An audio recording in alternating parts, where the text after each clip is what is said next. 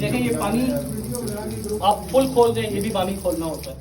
آپ تھوڑا سا اس کو کم کھول لیں، یہ بھی پانی کھولنا ہوتا ہے. جتنا آپ کے اندر آپ کو پتا ہے کہ میں پانی کم سے کم استعمال کروں تو کم سے کم استعمال کریں. ٹھیک ہے، یہ پانی کوشش کریں کہ آپ کی جتنی کم سے کم پانی کھولنے میں آپ کا جو ہے وہ ہو جائے. سب سے پہلے تو ہاتھ دھونے، ہمیں سارا وضو جو ہے فرض کے علاوہ جو ہے سارا وضو جو ہے سب سے پہلے یہ آپ ہاتھ دھو. ہاتھوں میں یہ ہے کہ میں نے پہلے بھی بتایا تھا کہ خلال نہیں بھی کرتے تو بار بار ہاتھ دھونے سے پانی اندر یا پانی جو ہے وہ پہنچ ہی جاتا ہے. لیکن پاؤں کا جو مسئلہ ہے اس میں آپ کو باقاعدہ جو ہے وہ خلال جو ہے وہ لازمی ہے.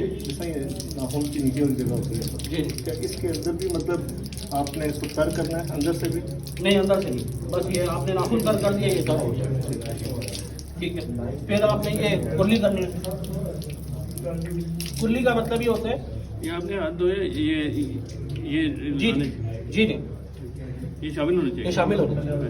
پھر آپ نے کلی جو کرنی ہے، کلی کا مطلب ہے کہ یہ پانی کو آپ نے اپنے اندر اس کو مرار کرنا ہے. پانی کو مرار کا مطلب ہوتا ہے پانی کو اندر غرارت کا ایک حلق تک جاتا ہے. پانی کو مرار کرنا ہے پانی. ٹھیک ہے نا، پانی کو گھمانا ہے اپنے اندر تاکہ وہ اگر کوئی کھائے ہوئے کے ذرات ہیں یا کوئی اور ایسی کوئی چیز منہ میں ہے تو وہ ساری کیا ہو جائے وہ باہر آ جائے. بات سمجھیں، تاکہ وہ پھر کھانے کے اندر نماز کے بیچ میں آئے گی وہ چیز جز یا ادھر جائے گا تو پھر نماز بھی خراب ہوگی. ٹھیک ہے، یہ تو پھر آپ نے 3 دفعہ کرنی ہے یہ. ٹھیک ہے، پھر اس کے بعد ناک میں بھی پانی اسی طرح ہے کہ ناک کو جھاڑنا ہے تاکہ اگر ناک کی کوئی ایسی ریزش ہے یا کوئی اس میں کوئی ایسی وہ ہے کم صفائی ہونے والی ہے تو اس کو تھوڑا سا جھاڑ کے. لیکن جھاڑنے میں ایک بات یاد رکھیں، ہمارے بعض لوگ جو ہیں وہ کلی کرنے میں اور ناک صاف کرنے میں ساتھ والے بندے کو بڑی تکلیف پہنچاتے ہیں. اس تکلیف سے آپ نے بھی باز رہنا ہے.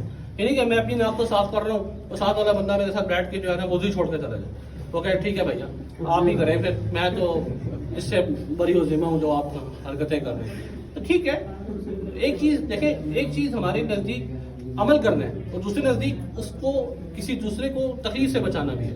بات سمجھ نہیں آ رہی؟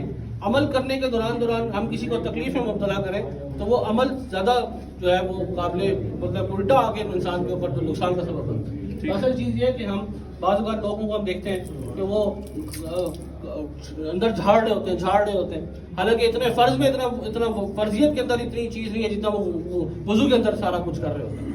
حالانکہ فرض میں تھا نا کہ ناک کی کچی ہڈی تک پانی پہنچانا ہے، نرم ہڈی تک پانی پہنچانا ہے، اس کی مبالغہ ہے. وضو میں وہ مبالغہ نہیں ہے. لیکن بعض لوگ بیٹھ کے وہ وضو میں بھی اتنا مبالغہ اور وہ پھر ان کی آواز بھی اتنی خراش کی آ رہی ہوتی ہے کہ اب ساتھ والا بندہ بھی پریشان ہو رہا ہوتا ہے. یہ چیزیں بھی وضو کے آداب کے اندر جب ہم وضو کرنے جا رہے ہیں اور شرعی طور پہ کرنے جا رہے ہیں تو یہ چیزیں سیکھنی چاہیے. ٹھیک ہے، پھر یہ ہمارا پانی اگر ہم کم سے کم رکھ سکتے ہیں، یہ جو ہے پانی لے کر ہم اس کو چہرہ دھوئیں گے. اچھا، چہرے میں ایک چیز دھوتے ہوئے یاد رکھیں کہ آنکھ میں بعض اگر ہم سو کے اٹھتے ہیں، اچانک فجر کی نماز ہوتی ہے، آنکھ کے اندر کوئی گد جمی ہوئی ہوتی ہے کیونکہ سوتے ہیں تو وہ جم جاتا ہے، وہ بعض وقت ہم نہیں اس کو خرشتے اور نکالتے اور ہم سمجھتے ہمارا وضو ہوتا ہے. اس سے بہت اجتناب لازم ہے، احتیاط لازم ہے کہ ہم وہ آنکھوں کو خصوصاً یہ فجر کے وقت یہ معاملہ ہوتا ہے، باقی دنوں میں تو نہیں ہوتا، باقی ٹائم میں تو نہیں ہوتا، تو ہم اپنی آنکھوں کو لازمی رگڑیں. اگر کوئی ایسا چیز جمی ہوئی ہے جو آنکھ کے اوپر آئی ہے وہ نہیں ہٹے گی تو وضو نہیں ہوگا، وضو بالکل بھی نہیں ہوگا. تو وضو کے لیے لازم ہے کہ ہم یہ بھی پورا طرح سے خیال رکھیں کہ اگر یہاں تک کوئی چیز ہے تو ہم آنکھوں کو پورا صاف کریں کیونکہ آنکھ اس کے اندر شامل ہے. فرضیت کے اندر آنکھ کا جو رکن آتا ہے، آنکھ کا جو عضو آتا ہے، یہ اس فرضیت کے اندر شامل ہوتا ہے. اور اگر یہ پوری طرح نہیں دھلے گا اور یہ بھی پھر کیا ہوتا ہے، وضو نہیں ہوگا. ابھی سیکنڈ انہی کی کلاس کا داڑھی کے متعلق بھی سر بتائیے گا. داڑھی اگر آپ کی گھنی ہے، اتنی گھنی ہے کہ آپ کی تھوڑی نظر نہیں آتی تو آپ داڑھی کو ترک کر لیں. لیکن اگر داڑھی کم گھنی ہے اور جس سے تھوڑی نظر آتی ہے تو پھر تھوڑی دیر پانی پہنچانا جو ہے لازم ہے. بات سمجھیں، تھوڑی کے اندر یہ جس طرح جو ہے نا اس کو اندر یوں کریں. لیکن اتنی گھنی ہے کہ تھوڑی نظر نہیں آ رہی تو پھر کیا ہے کہ آپ داڑھی کو ترک کر لیں. اچھا، پھر دوسرا گروپ بھی آئے گا، اس سے ہم تھوڑا سا ہم نے چھوٹی تو کر لی ہے، پھر ہم یوں کریں.